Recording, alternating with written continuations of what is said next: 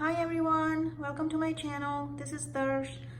Today I'll be showing you how to take just any mirror you may have lying around, any round mirror, or just with a pattern like this, but something that's not too well finished, or something you can purchase from any store, and make it into a beautiful wall mirror hanging decor.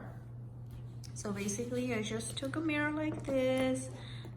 What I did was snap off the bottom of spoon, so I used these pieces, and you can arrange it in any pattern you may like, but I basically just arranged in like so manner, the three,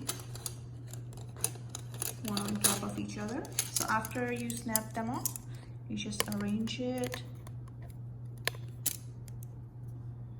like this. You can do it any way that you prefer, just something that looks nice and is consistent pattern for each of these little peaks. So just, yeah, anything that you like, 1, 3, 3 layers, 5 layers. If you want a large mirror, you can keep going, but I stopped with 3 layered spoons like so. And then use the silver spray paint, and ta-da! It turns into this. Looks beautiful, and you can hang it in your bedroom, in any room, and it will look just really beautiful and elegant and expensive. Okay, I hope you enjoyed. Please subscribe and like. Thank you.